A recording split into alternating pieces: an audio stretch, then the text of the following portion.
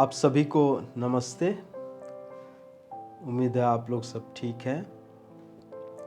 आज बहुत ख़ास बात मैं आप लोगों के सामने मैं रखना चाहता हूँ, जिसे शायद ज़्यादा लोगों को सोचने के लिए समय नहीं मिलता, या फिर सोचना नहीं चाहते, या फिर इससे दूर ही रहते हैं। लेकिन ये हमारी सबकी ज़िंदगी की हकीकत है।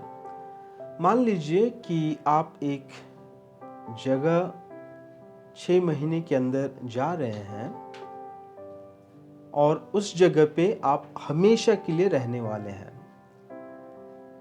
एक जगह है जहाँ पे आप जा रहे हैं 6 महीने के बाद, और उस जगह में आप हमेशा के लिए रहने वाले हैं।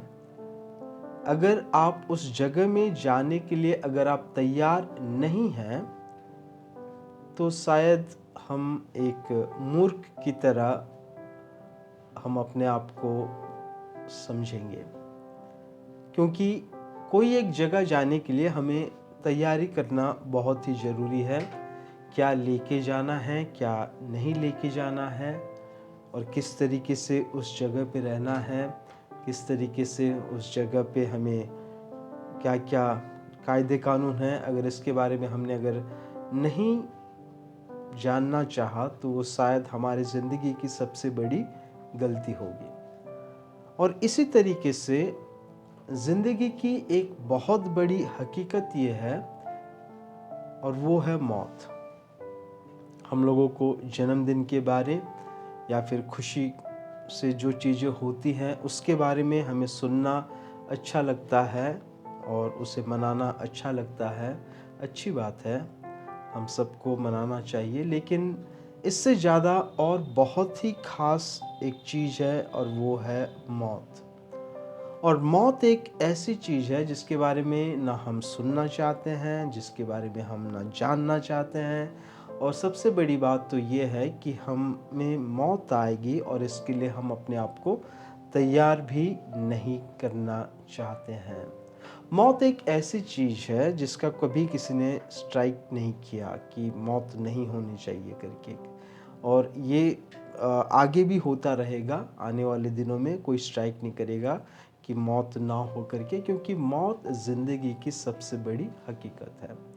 आप चाहे पढ़े लिखे हैं, अनपढ़ हैं, आप चाहे अमीर हैं, आप चाहे गमीर हैं, आप कोई भी देश के रहने वाले हों, कोई भी जगह के रहने वाले हो, ज़िंदगी की हकीकत ये है कि हम सबके सामने हमें मौत का सामना करना पड़ता है। हम मौत के बारे में कभी क्यों नहीं सोचते? हमें चारों लोगों के बीच में बैठ के हम ये कभी डिस्कस नहीं करते हैं कि मौत कैसा है, कैसा होता होगा, है ना? तो इसके बारे में हम नहीं सोचते हैं, और इसके कुछ कारण हो सकते हैं। और सबसे पहला कारण ये हो सकता है कि हमें इस दुनिया बहुत अच्छी लगने लगी है। जिस घर पे रह रहे हैं, जो खाना खा रहे हैं, जो लोगों के साथ मिल रहे हैं, ये बहुत ही कंफर्टेबल है। और मौत एक ऐसी चीज़ है कि जो कि एक इंसान को डिस्टर्ब करता है। आपको अगर आपने किसी की मौत के बारे में सुना, तो अचानक से हमें डिस्टर्ब होने लगता है, और डिस्टर्बेंस किसी को पसंद नहीं है।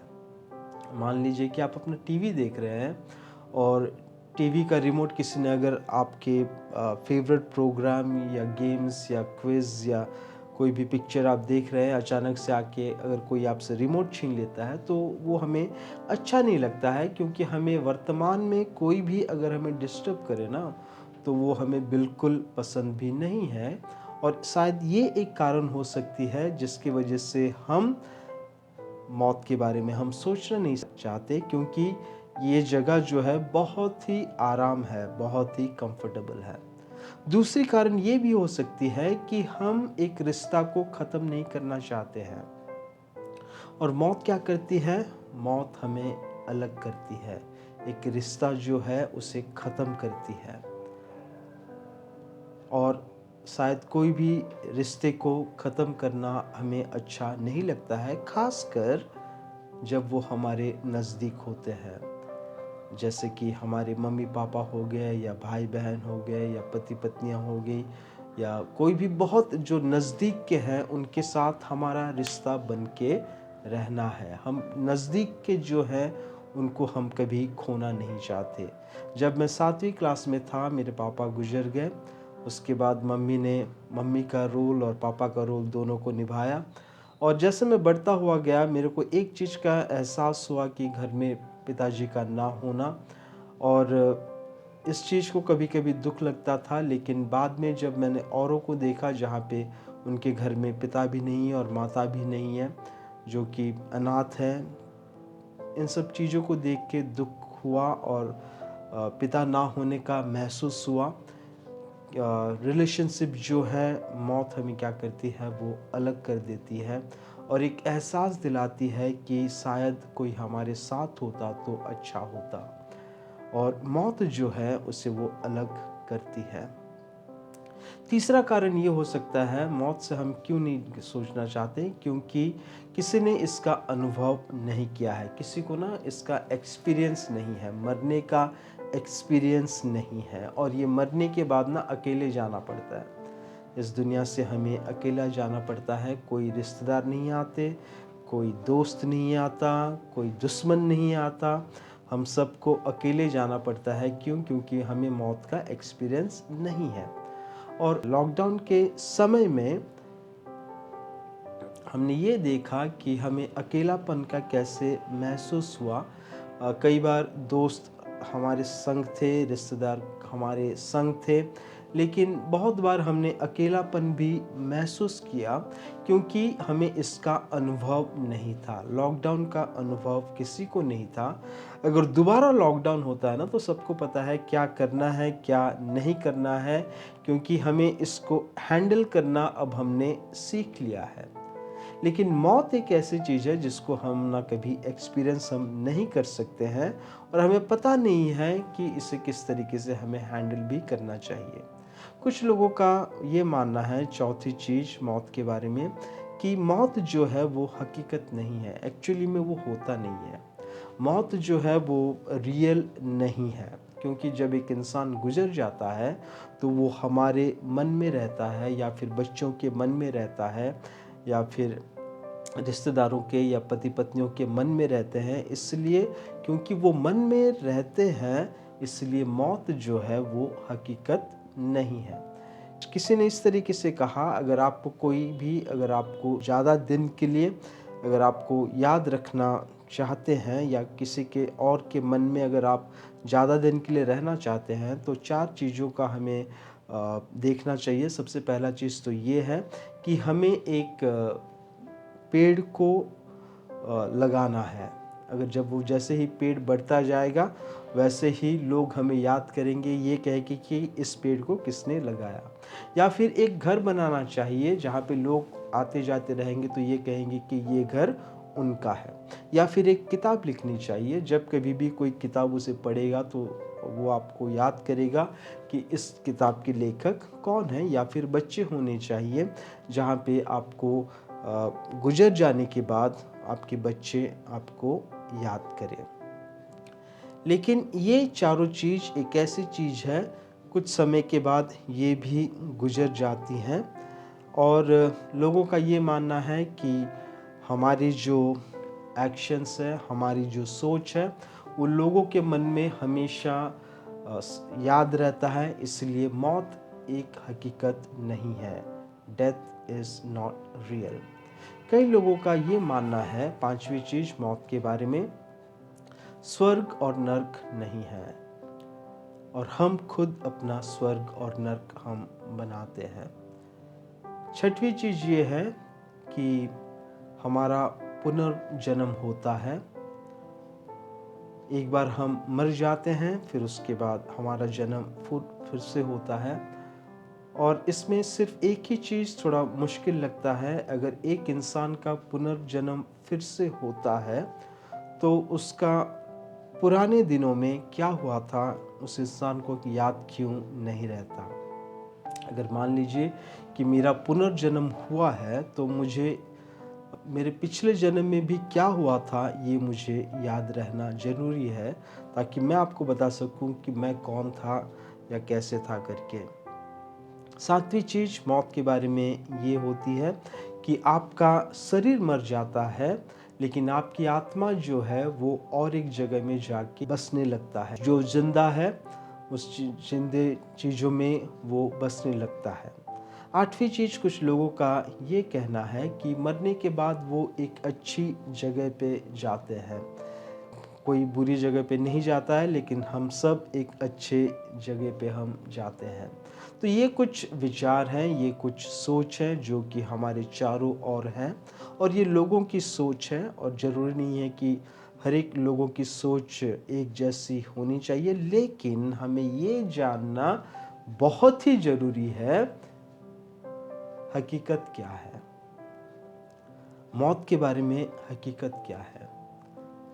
मान लीजिए आप एक मोबाइल फ़ोन का आप इस्तेमाल कर रहे हैं, अगर उस मोबाइल फ़ोन का इस्तेमाल आपका एक्सपीरियंस नहीं है ना, तो उस मोबाइल फ़ोन के बारे में आप कुछ भी नहीं कह सकते। अगर आपके पास मौत का एक्सपीरियंस है तो मैं एक्सपीरियंस को मैं सुनना चाहूँगा, क्योंकि बिना एक्सपीरियंस के कोई कुछ नहीं कह सकता। एक्सपीरियंस करना बहुत ही ज़रूरी है, और हमें जानना ज़रूरी है कि सही क्या है और गलत क्या है। और केवल एक्सपीरियंस ही करना नहीं है, बल्कि हमें सोचना भी है कि ये सब चीज़ें कितनी हकीकत है, क्योंकि मौत जो है वो हकीकत है, और मौत के उस तरफ क्या होता है ये हमें पता नहीं है। और इस हकीकत को हम विज्ञान से हम ढूंढ के नहीं निकाल सकते।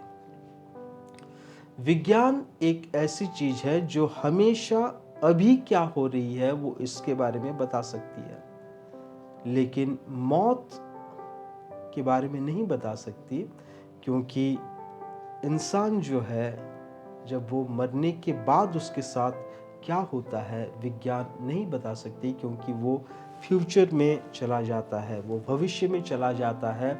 और कोई अगर बता सकता है क्या होता है, तो जो इंसान मर गया है वही बता सकता है कि उसे क्या हुआ था।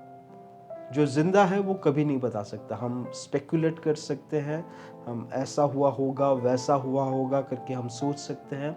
और विज्ञान जो है हमारी वर्तमान में वो हमें मदद करती है।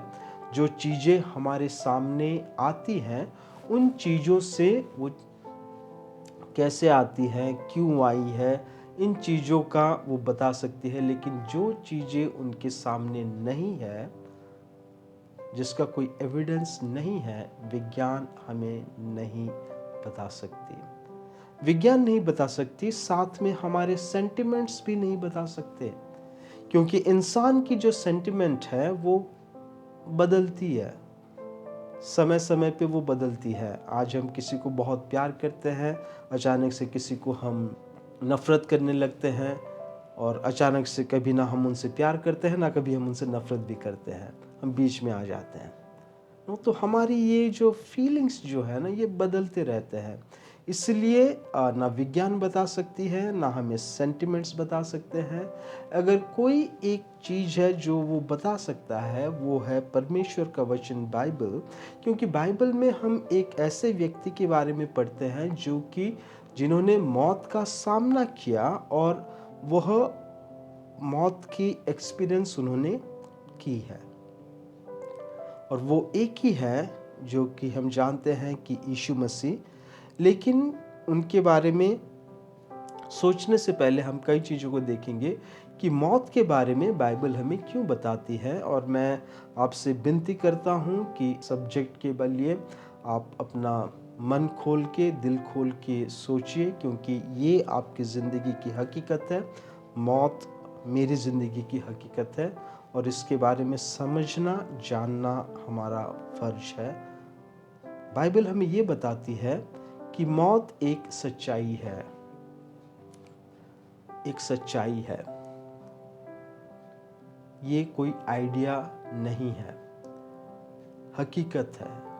मौत जो है वो हकीकत है, बाइबल हमें बताती है। दूसरी चीज़ ये है कि मौत एक दुश्मन है, मतलब इसके साथ हमें युद्ध करना होगा। और किसकी मदद से? परमेश्वर की मदद से हमें इसके मौत के साथ हमें युद्ध करना होगा, क्योंकि ये एक ऐसी चीज़ है जब परमेश्वर ने इस दुनिया को बनाया था उनके मन में कभी ये सोच नहीं था कि इंसान जो है उसे मौत आए। हमें मौत इसलिए आती है क्योंकि बुरे काम के फल के कारण, बुरे चीज करने के कारण। और वचन हमसे ये कहता है कि हमारे पापों के कारण हमें मौत मिलती है। अगर आप गौर से देखेंगे तो आपको बहुत सारे स्कूल कॉलेजेस में कभी भी हमें कैसे झूठ बोलना है इसके बारे में हमें आज तक तो, मेरे को तो कभी किसी ने सिखाया नहीं कि झूठ कैसे बोलना है। शायद आपको सिखाया हो तो आप बताइएगा, लेकिन मेरे को तो नहीं लगता है कि मेरे को कोई भी स्कूल कॉलेज में या किसी मम्मी पापा ने मुझे ये नहीं सिखाया कि झूठ बोला करो करके, ना ही आपको सिखाया होगा। लेकिन बचपन से हमने झूठ बोलना सीखा है। जैसे जैसे हम बड़े होते गए हम झूठ बोलना सीखे हैं, और इसके बारे में आप जरूर सोचिए, क्योंकि ये गलत जो है हमारे शरीर में है। पाप करने की क्षमता जो है हमारे शरीर में है, और इसकी वजह से, इसके कारण एक इंसान को मौत आती है। तीसरी चीज हम ये देखते हैं कि जब एक इंसान मर जाता है तो उसकी आत्मा और शरीर अलग हो जाती है, और वो दोनों अलग अलग जगह पे जाते हैं। लेकिन बाइबल हमें ये नहीं सिखाती। बाइबल हमें ये कहती है कि जब एक इंसान मर जाता है तो वो एक जगह पे नहीं, दो जगह पे जा सकता है। या तो वो स्वर्ग में जा सकता है या फिर नरक में जा सकता है। तो एक इंसान अभी डिसाइड करता है कि उसे जाना कहाँ है, स्वर्ग में जाना है या फिर उसे नरक में जाना है।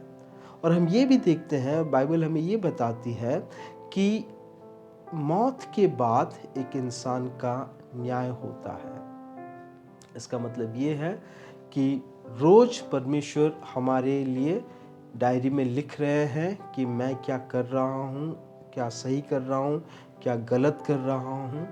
इसके बारे में परमेश्वर लिखते हैं, और परमेश्वर हमें बताते हैं। परमेश्वर हमें बताते हैं कि हमने क्या सही किया है, क्या गलत किया है, और हमें ये भी बताते हैं कि एक न्याय का दिन है। मतलब मौत के बाद एक इंसान का न्याय जरूर होता है। और वचन हमसे ये कहता है, या बाइबल हमसे ये कहती है कि मौत जो है यीशु मसीह ने उससे जीता है। यीशु मसीह जब सूली पे मारे गए, 3 दिन के बाद वो मौत से वो वापस जिंदा हुए, वो मुर्दों में से वापस वो जिंदा हुए। इसलिए मौत जो है वो एक हारा हुआ दुश्मन है। आखिर में बाइबल हमसे ये कहता है कि जहाँ पे मौत है उस घर में जाना अच्छा है।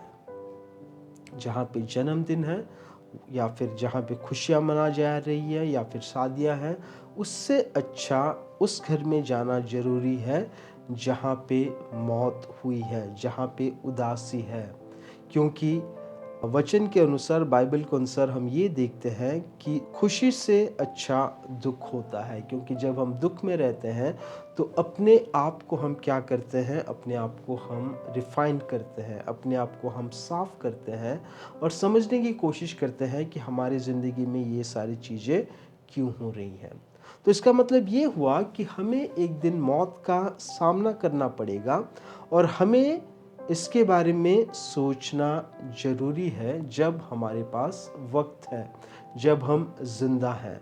मरने के बाद हमें सोचने का मौका नहीं मिलेगा। मरने के बाद हमारा सब कुछ ख़त्म हो चुका होगा, और एक इंसान, वो चाहे कितना सुंदर हो, कितना अमीर हो, कितना गरीब हो, पढ़ा लिखा हो, कोई भी हो, उसे मौत आनी ही आनी है। आप भारत के रहने वाले हैं, भारत से बाहर के रहने वाले हैं, उससे कोई फ़र्क नहीं पड़ता। मौत जो है सबको आती है। और अगर ये मौत आती है तो इसके बारे में हम क्या सीख सकते हैं, इसके बारे में हमें किस तरीके से तैयार होना है, क्योंकि हमें मौत के बाद भी हमारी ज़िंदगी है, और वो ज़िंदगी क्या है उस चीज़ को हम आज देखने की कोशिश करेंगे। बाइबल में एक इंसान है जिनका नाम आयूब है, और उन्होंने ये सवाल किया था कि क्या एक इंसान मरने के बाद फिर से वो जिंदा होगा? क्या एक इंसान मरने के बाद फिर से जिंदा होगा? किसी के याददाश्त में नहीं, किसी के सोच में नहीं, क्या वो अभी जिस तरीके से है उस तरीके से क्या वो जिंदा हो सकता है? बाइबल हमें ये बताती है कि जो कि बुद्धिमान है वो मौत के बारे में सोचते हैं, और जो मूर्ख हैं वो अभी की ज़िंदगी के बारे में सोचते हैं या वर्तमान के बारे में सोचते हैं। यीशु मसीह के पास एक इंसान ने आके ये कहा कि आज मैं नौकरी करूँगा, कल बड़ा घर बनाऊँगा, परसों ये करूँगा, नरसों ये करूँगा, ये सारी चीज़ों को मैं करूँगा, इन सब चीज़ों को मैं करके मैं आराम से अपनी ज़िंदगी को बिताऊँगा। और यीशु मसीह ने ये कहा कि क्या आपने ये सोचा है कि अगर आज की रात परमेश्वर, या आज की रात अगर तुम मर जाते हो, आज की रात तुम मर जाते हो तो तुम्हारे साथ क्या होगा। इसलिए उन्होंने ये कहा कि हमारी जितनी भी चीज़ें या जितनी भी सोच विचार काम जो है वो स्वर्ग की ओर होनी चाहिए, क्योंकि स्वर्ग है, नरक है, और हमारा सोच विचार जो है वो स्वर्ग की ओर होनी चाहिए। और हमें ये जानना है कि हमें इस दुनिया से गुजरना है, हमें इस दुनिया से एक न एक दिन छोड़ के जाना है। एक गाना है ना किशोर कुमार का, जिंदगी तो बेवफा है ना, मौत हमारा दोस्त है, ऐसा कुछ करके एक अमिताभ बच्चन का एक बहुत ही पुराना गाना है। और ये पंक्तियाँ जो हैं वो कितनी ही हकीकत है, ये हमें बताती है कि ज़िंदगी में मौत जो है कितनी हकीकत है। और हमें ये जानना ज़रूरी है कि हम किधर जा रहे हैं, क्या कर रहे हैं। मान लीजिए कि आप अपनी एक यात्रा में हैं और आपको पता चलता है कि यहाँ पे आपका जो डेस्टिनेशन है या जहाँ पे आपको जाना है आप वहाँ पे पहुँच सके हैं, लेकिन पहुँचने के बाद आपको उस जगह पे आप भूल गए कि कहाँ पे कैसे जाना है।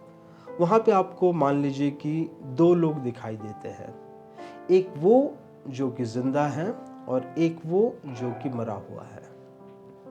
दो लोग दिखाई देंगे आपको, एक इंसान जो कि जिंदा है, एक इंसान जो कि मरा हुआ है। आप किससे रास्ता पूछेंगे? ऑब्वियसली जो जिंदा है आप उससे रास्ता पूछेंगे। और ज़िंदगी की इस यात्रा में हमें सिर्फ वही रास्ता दिखा सकता है जो ये दावा करता है कि वो मर चुके थे लेकिन फिर से वो जिंदा आ चुके हैं। और दुनिया में सिर्फ एक ही इंसान है जिन्होंने जन्म लिया, जिन्होंने हमारे लिए मारे गए, फिर से वो जिंदा हुए। और इतिहास में अगर हम देखते हैं केवल वो यीशु मसीह ही हैं। और मसीहापन या क्रिश्चियनिटी जो है उनके जिंदा होने के बाद ये क्रिश्चियनिटी जो है पूरी दुनिया में इस वचन को लिया गया। और वही हमें बता सकते हैं कि मरने के बाद क्या होता है। और यीशु मसीह जब वो वापस मुर्दों में से जिंदा हुए, इस चीज़ को ना हम मेरे कहने से या बाइबल के कहने से या और किसी को कहने से हमें समझना है, लेकिन हमारी खुद की भी एक रिसर्च होनी चाहिए। हमें समझना है, क्योंकि आपकी मौत, मेरी मौत ज़िंदगी में बहुत ही मायने रखता है। और जब हम यीशु मसीह कहते हैं कि वो मुर्दों में से जिंदा हुए हैं, तो हमें देखना ये है कि वो उन्होंने जो कुछ हमसे किया है, जो कुछ हमसे वादा किया है, जो कुछ भी वो हमसे आशा देते हैं, उसे हम किस तरीके से समझें। और यीशु मसीह ने जब कहा कि वो मुर्दों में से जिंदा हुए हैं, इन चीज़ों को यीशु मसीह के 12 चेलों ने इस दुनिया भर में वो लेके गए। और अब ये बात अगर मेरे पास आई है, अगर ये बात अगर आपके पास आई है, इसका कारण कौन है? इसका कारण है यीशु मसीह के 12 चेले। और इन 12 चेलों की अगर आप जिंदगी में देखेंगे तो इन चेलों को, भारत में आने वाला चेला जो था वो है सेंट थॉमस। वो जब मद्रास में आए, उन्हें प्रार्थना करते हुए उन्हें मार दिया गया, क्योंकि वो यीशु मसीह के ऊपर विश्वास करते थे। और एक चेला था जिनका नाम है पतरस, उन्हें उनका पैर ऊपर और उनका सर नीचे करके उन्हें सूली पे लटकाया गया। और इस तरीके से हम देखते हैं कि बहुत सारे मसीह के लोगों को यीशु मसीह के विश्वास करने के कारण यीशु मसीह के ऊपर विश्वास करने के कारण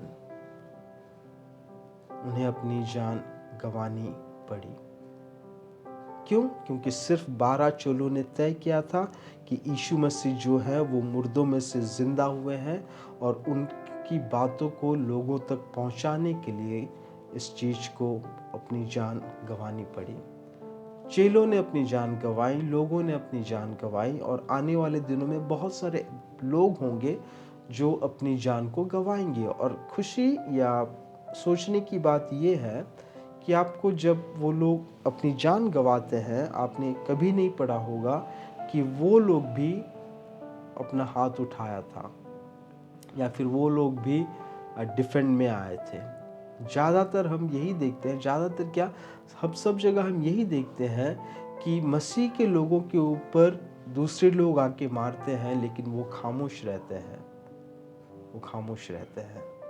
और खामोश रहने का कारण और अपने दूसरों को जलाने, अपनी जान जोखिम में डाल के उन पे विश्वास करने का कारण क्या है? सिर्फ एक ही है, क्योंकि वो मुर्दों में से जिंदा हुए। और इतिहास में आप देखिए, कोई भी इंसान को या कोई भी एक प्रोमिनेंट कैरेक्टर को कोई भी ये दावा नहीं करता कि मैं मर गया था और आज मैं जिंदा हूँ। मैं जब मर गया था उस दिन को गुड फ्राइडे करके माना जाता है, और जब वो जिंदा हुए उसे वो रिजरेक्शन डे करके वो माना जाता है, या पुनरुत्थान का दिन करके माना जाता है। मौत हम सबकी जिंदगी की हकीकत है, और हमें समझना है, हमें जानना है कि मरने के बाद हम कहाँ जा रहे हैं। और मैं आपको साफ साफ बता दूं, मरने के बाद हम एक जगह नहीं जा रहे हैं। या तो हम स्वर्ग में जा रहे हैं या फिर हम नरक में जा रहे हैं। बहुत लोगों ने खुदकुशी कर चुके हैं, और कई बार लोग खुदकुशी करने के लिए भी सोचते हैं, लेकिन खुदकुशी करने के बाद भी उनकी ज़िंदगी में जो परेशानियां हैं ना, वो हटती नहीं है, वो ख़त्म नहीं होती।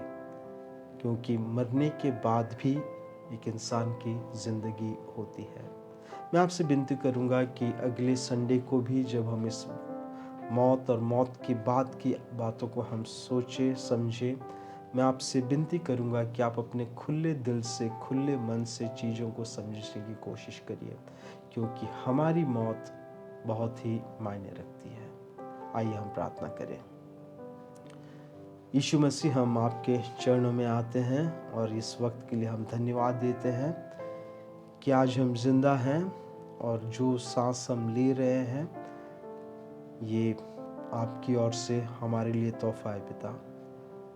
हम प्रार्थना करते हैं पिता कि जितने भी दिन इस दुनिया में हम रहें, हर एक पल का, हर एक समय का हमें गिनने में आप हमें मदद करिए।